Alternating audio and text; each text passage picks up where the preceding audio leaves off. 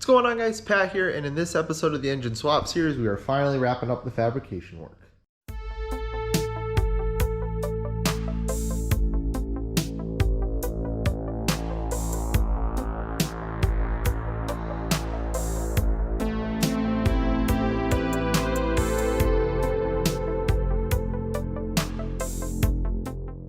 Well, here we are after weeks and weeks of measuring, cutting. We're very much in the home stretch of doing the fabrication work for the LS7 swap. Now, in the last episode of the swap series you guys saw, we had mocked up the engine just to verify our firewall fit, and we're making the closeout panels and whatnot. And in this episode, we're going to be focused on just kind of wrapping up all that fab work, getting the firewall painted, and then getting this into a position where we can put the engine in for the final time and start doing the actual assembly. No more mocking up all that good stuff. So in the last video, we were starting to make our closeout panels. The firewall was already tacked in. Obviously, the engine and stuff was still in here. And we're a little further ahead, picking this video up a couple weeks after the last one. So I just want to fill you guys in with what's happened. What we've done. Nothing's really changed. We're just kind of making some small progress. Nothing that's too exciting to film. So the closeout panels that I was mocking up and making out of the cardboard, we made out of metal. Really nothing too exciting there. It's just basic metal fabrication. That's why I didn't really film much of this. It was a lot of the same fabrication steps we took last year that I did cover. So made those, got those welded in, ground down. Really nothing too crazy there. Over here is where we've made most of the progress. We made closeout panel now for this, so no idea how well the camera will pick it up, but we have our two holes for the upper bracket of the dry sump tank there, and then we have, I believe that's 1/4 inch plate that is back. It's butted up on the back side of the original cowl metal. Runs all the way down. Then we just have closeout panels to seal the gap, because obviously it leads over to the cabin.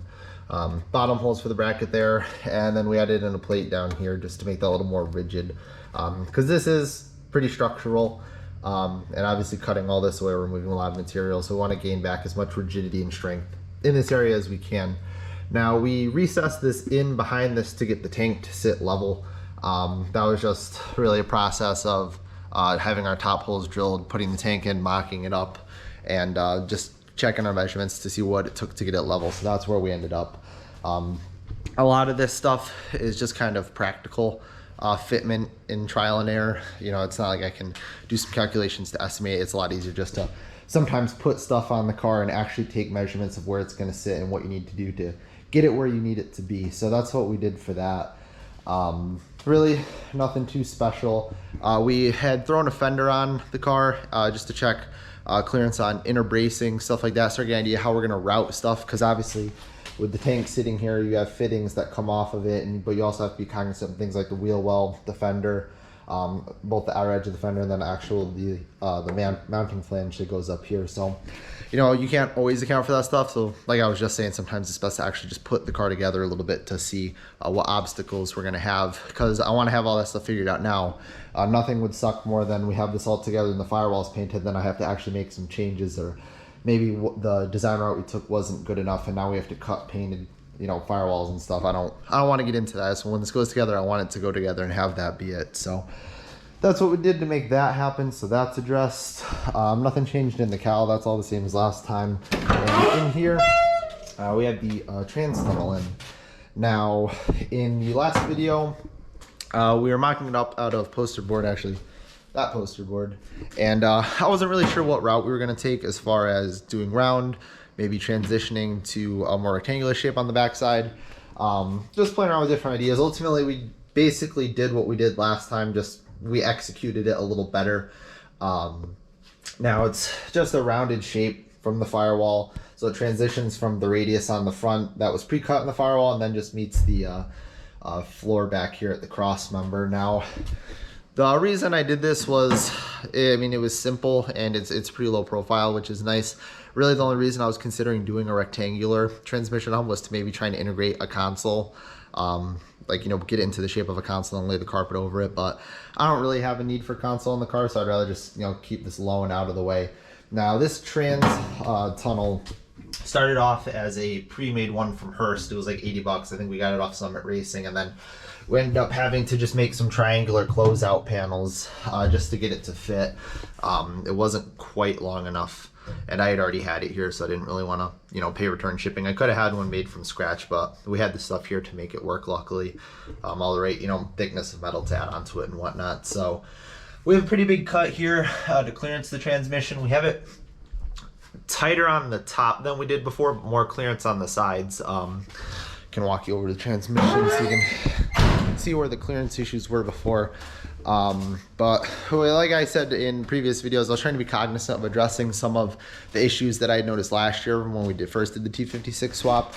And last year, really our clearance issues were on the sides of the transmission. That's where it was, you know, tightest. We had decent clearance up here, but it's really on the sides, and we had a ton of space on top of the shifter. So this new transmission tunnel is a little tighter. It slopes down and is closer to the trans here, and then we have a little more room on the sides, so we have a little more breathing space there. Now I'm probably going to do the same shift boot style setup that I did last year, where I'm going to do a high temperature Velcro that seals all the way around so the shift boot is removable.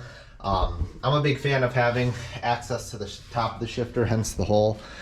Just because if I want to change shifters, or if I want to reseal this gasket, or what my favorite benefit is you can fill the transmission fluid from here instead of having to get under the car with like a funnel or a pump and then try and get into the side holes.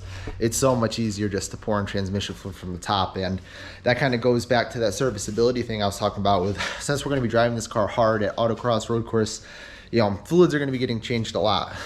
You know, certain fluids like brake fluid and the distilled water / water wetter setup we're going to be running for coolant, that's not going to change super often, but things like oil, transmission fluid, you know, gear oil in the diff, maybe even power steering fluid, that's going to get changed out a little more regularly. So we're trying to think about that stuff now, of how can we make our lives easier in the future when we're actually racing and servicing this thing. And, you know, I don't want to have to take a bunch of stuff apart to try and service stuff. So just trying to be mindful of that. And along those same lines, another thing we did since the last video was we cut in this relief here into the cowl. No idea how well I'm gonna be able to show it on video. It kind of just tapers in. And the reason for that was we didn't have a great way to access the top of the dry sump tank to take the lid off to either fill it up or check fluid level. I can show you guys the tank over here. So obviously, you know, you see the tank bracket and the mounts. So it sits up here. I'll bring this over to actually show you how it's gonna be.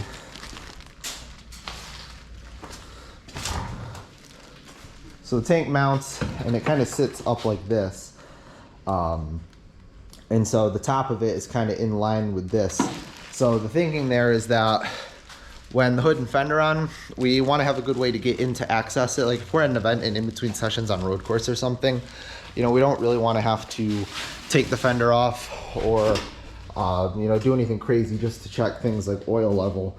We just want to have a good way that we can get in there. So that's what we did with this. And this was one of those things that I had brainstormed and told my dad about when we had the fender on, because I was looking at it kind of from this angle with the fender on, and I could actually see the top of the dry sump tank. So I was like, you know, why don't we just put a relief in there so we can just stick our hand in there, take the lid off.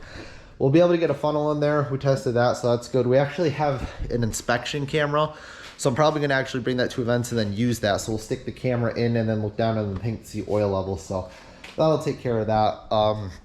As far as draining the dry sump tank goes, you know, we could put like maybe like a petcock on the bottom of it or something. I've seen people do that where they'll like run a hard line off the tank down with like a quarter turn valve to drain it.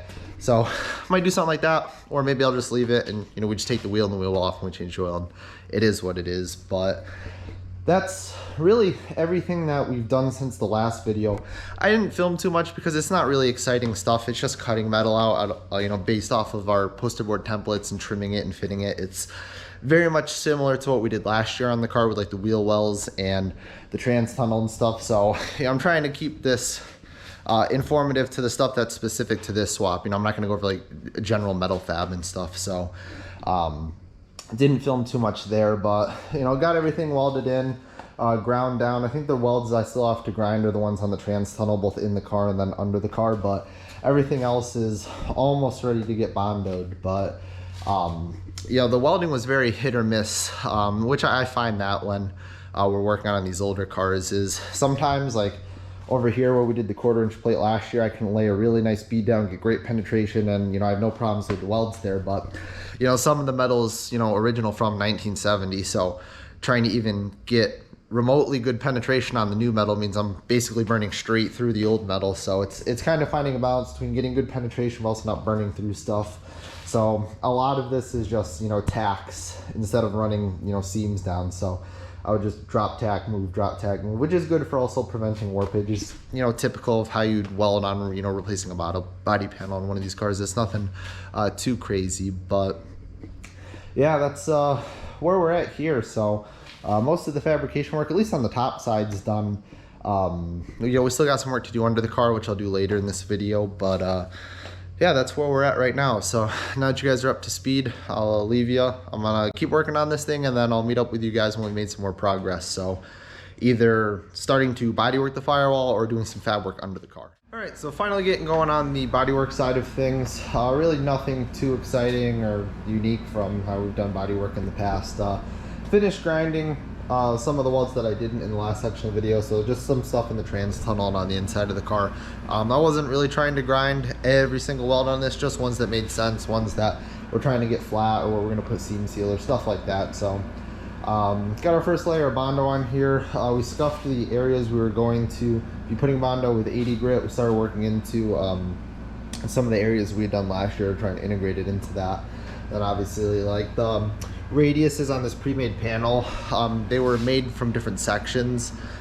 So this one is a flat panel, then obviously this one was rolled on probably like an English wheel and then integrated into another flat section. So we had to fill all those in. These panels, when you get them, are just kind of rough panels to start with. You do need to do some work to body work them and get them, you know, perfect and ready to paint. They're not ready out of the box, just like most body panels are for cars. So yeah, really nothing too crazy here. Just kind of got Bondo on all the seams. That's really the next big thing we're doing here. We gotta let this dry. It's just our first coat, and then sand it down, start getting the rough shape in. You can see down in the trans tunnel. You know, it's important to take your time on steps like this to get a nice finished look on everything. Obviously you don't want to stick weld seams or waves and stuff in the firewall. We're not gonna body work the entire firewall, like put a skim coat across all of this to get it perfectly flat. Really the goal is just to integrate it nicely so that you don't see any transitions or seams where we did any of the welds or fabrication work and stuff like that. So we're gonna let this dry up, sand it, and we'll update you guys once we're a little further along. Well, after lots of sanding, we are finally done with the Bondo work on this thing. Last you guys saw, we were putting some of the first layers down on it, and I mean, really since then nothing exciting has happened. It's just been sanding, putting more Bondo on, sanding, putting more Bondo on, sanding, again and again and again. And this is where we ended up. So wasn't really trying to get every single dimple and every single imperfection on the firewall. My main focus was just integrating the firewall as cleanly as possible, as I've said before, and getting rid of some of like the divots and marks and just, you know, scuffs that have happened as we've been putting this firewall in. And also cleaning up other areas like the trans tunnel we put in, which you can see on the seams in there. And also like the dry sump tank area, which is, there was a lip here, which was just from how we cut the cowl away. And also like the access panel, just cleaning that stuff up so there's nice radius and contours. There's not really like sharp edges, and you can't see like the welds and stuff that I put in there and ground down. But honestly, most of the body work happened in the cowl, which was really just because of the way we constructed it with the panel overlap and then also using multiple pieces all the way down. I always had to do a lot of work in there to make it look seamless and ultimately make it look like we didn't do anything in there. But that was really all that's changed since the last part of the video. Obviously we went through and scuffed everything with 220, which is what we need to use to prep it for the direct to metal primer we're going to be using, which is the same direct to metal we've used every other time we've painted anything on this car, which is all Diamond stuff. You can see I actually took the cal tag off, and that was because you couldn't really read it anymore from the paint that's on there, and so if we paint again it's going to be totally illegible. So I'm either going to walnut blast that and clean it up and then put it back on, or maybe even get like a reproduction one made and just leave it bare, and or maybe clear coat or something, we'll see, and then put it on there so it's nice and clean. But the original one was getting a little muddied up, so I didn't want to shoot it again and then not be able to read it at all. So figure that out, and I'll update you guys with what we're doing with that in the future video. But you can see where we're shooting to. It's basically just going to be up to the windshield. I mean, all this is hidden under the fender, so we could have broke the line anywhere we wanted to in here, but it looks a little cleaner going all the way up where you're really not going to be able to tell that you know, we have a paint line there. It'd be a lot more important doing that on like an exterior panel, but it's just, in my opinion, the right way to do it, and it's much more concealed and hidden in painting all the way back like that. So that's what we're gonna do. As far as the paint line down here, we're just gonna go under the body and kind of blend into the paint we did last year that we're not touching. Also over here, added in a little gusset. This is the area where the fender bolts to, up here and also in here. But this is the one I was mostly concerned with, because some of the force from the hood hinge, when you're closing it, gets transmitted through here. And before, when we cut all this away, I could put some force on this and flex it up and down. So we just cut out a little piece, matched the radius of the inside of the cowl, and then just welded it in, and now it's a lot more rigid. So it's something I don't really have to worry about. But yeah, that's really all the work we've done. We pushed it outside once all the sanding was done, just to blow the dust off, so it's a lot easier to start cleaning it for paint. It was pretty strange seeing this thing on the ground. It's been up on the jack stand since I think like late November, so seeing it on the ground, it looked like a low rider. It's like, I can't believe it's always that low, but it's just kind of a visual trick since it's been so high for so long. Right now we are going through and masking everything. We're just using the saran wrap that we have from masking the engine. It's pretty easy to use. I like how it's going so far. And also just laying some paper down as the base of our masking.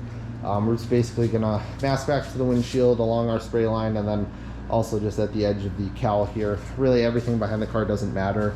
You can see we have plastic on the floor. We're gonna start building a booth around the car, similar to what we did last year, where we'll go up, we'll tape to the paper, go up to the support beams, which will have some like twine running across them to help support it, back down to the other side, and then we'll extend it to the window, where we're gonna have like a 4,000 CFM box fan to move air through here. And then we'll have like an access somewhere where we're gonna put a furnace filter to pull in air that has the dust filtered out of it, just to make up that air that we're removing from the space. But this is where we're at. It's slowly getting there. I'm hoping once we shoot the direct metal primer and we go over it with like 400 grit with a wet sand, that we'll be in a good spot to spray the high build on and keep moving forward. It's currently the day before Memorial Day, and so I'm hoping tomorrow on Memorial Day that we're going to get to be able to spray color. The bodywork looks pretty good. We just want to confirm that with a couple coats of primer on there, and once that's done, we're really going to be able to get going on the engine swap. We're so close. This has definitely been the longest part of everything, but we don't want to rush through. We want to take our time, make sure, you know, all of our tape lines look good, our prep works good, because I mean, arguably, this is the most important part of any paint job. Well, not arguably, it is the most important part of any paint job, is what leads up to actually spraying the color. Once you're spraying color and clear, you know, you're committed at that point. Your body work, you're committed to your prep job. So really going through and just making sure everything's as it needs to be. Once this is all good, we'll probably spray on that direct metal primer like I was saying, then we'll do some high build. If that looks good, then we'll get into the color and clear, which we're just going to use the same Diamond stuff as we've always used. But yeah, I'm gonna finish masking up the car. Got to get all this covered in saran wrap, and we got to build the little paint booth around. So I'm gonna knock that out, and then I will check up with you guys when we're ready to start spraying some coats of primer down on this thing. Jumping a little ahead in time here. Last you guys saw, we had the car ready to get its first coat of primer, and here we are, and we finally have all the paint on the firewall. So the sheet metal work is officially done on this one. I still have to wet sand and buff this, but we'll talk about that later. Didn't really film too much as far as the booth setup and prep work and spraying the base coats and stuff down, because it was literally the exact same thing we did last year. I'm trying to avoid being super repetitive in these videos and really just focus on the stuff that's specific to this swap. But you know, we prepped firewall 320, sprayed down RMP 26 high build. We did 2 coats of that, then we wet sanded it with 400, and it ended up kind of being a guide coat. There were some spots along the top here and over by the master cylinder holes that we didn't really like, so we went back through, bondoed those a little more, body worked them some more. Then that was really the last pass of bondo we did, and then we went back in, sanded it, shot 3 coats of the high build primer, wet sanded that again with 400, and we liked what we saw, so we sprayed on 2 coats of base and 3 coats of clears. The exact same paint system and literally the exact mix that we sprayed the car with. So It's kind of hard to get an idea of the shade in here because the lighting's all messed up with our booth, but this is where we ended up. There's a little bit of dust in the clear. I don't know how good the camera's gonna pick it up. I think this is the best the clear's ever come out of the gun. You know, every time we spray clear, there's a little bit of dust in there, and then we wet sand it out and it's fine. But there were no runs, and there's really no dry spray or anything on here. We're really impressed. I think we're really starting to get that gun dialed in the more we use it. Between painting the car, we reshot parts of the car, painting the firewall twice now. So by the time we get to my dad's car, we'll have it nice and dialed in. But big thanks to my dad. He's the one who shot this. Obviously, I helped him with the prep work and getting it to the stage with the fab work and whatnot. He's the one who actually sprayed the color down, and I think it turned out killer. As far as wet sanding and buffing, I'm probably just going to do the flat spots. So I'll do like right here, this flat area, along the top here, and then over where the master cylinders go. There's a lot of radiuses and weird edges on here, and I really don't want to risk blowing through. Yeah, honestly, I was on the edge about even wet sanding the firewall, but my dad said we should just go through all we're here, and I agree. Just got to be super cautious because I really don't want to mess up a nice paint job we put down. So I'll probably just go over with 1500, then 2000 instead of starting with 1000, just to be careful, and go through and buff it with the M105 and M205. Probably won't film that. Again, not really trying to be super repetitive with these videos. I really want to focus on stuff that's unique to this swap. A lot of the stuff we've done in the past in the videos last year. So if you're interested about a lot of stuff, check out my my revamp series from last year, and that'll cover a lot of the specifics of this stuff. But really happy with how this turned out. Got the dry sump enclosure all done. Obviously the whole center section of the firewall. And overall, I think it worked pretty good for our homemade booth, where it's just painter's tape. We masked it to the car, masked it to itself. We got a 4000 CFM circular fan up there, and then we got a little furnace filter to help hold makeup air through. And it's not perfect. Obviously, we still get dust in there. This one, we weren't getting enough makeup air back in here, so it's starting to suck the walls of the booth in. That's why we had to put up some spare beams we had from when we built our shop to help support it. So in the future, like when we go to paint my dad's car, we'll probably have like a secondary fan, slightly smaller than that fan, so it still creates negative pressure and is sucking the paint fumes out, but helps with some of the makeup air, so it's not as drastic as it was here, where it was, we thought we might rip this thing apart just from the suction that was created in here. But yeah, this wraps up the sheet metal fabrication. We still have some work to do as far as the cross members go and adding bracing to the bottom of the frame, but probably gonna do that in the next video, where we have the actual engine and trans finally installed, and we get an idea of what our specific clearances are gonna look like with that, and I can know exactly where I can put gusseting without being in the way of stuff. But hope you guys enjoyed this part of the build series. This was definitely the most time consuming. I know it's been a little bit between videos, but this just took forever to do, with just all the little nooks and crannies and all the prep work and stuff like that. Painting's really not something you want to rush, so just took our time with this. And now this is really the hard part of the swap done. We knew going in the sheet metal work was really going to be the big deterrent. We've done everything else, but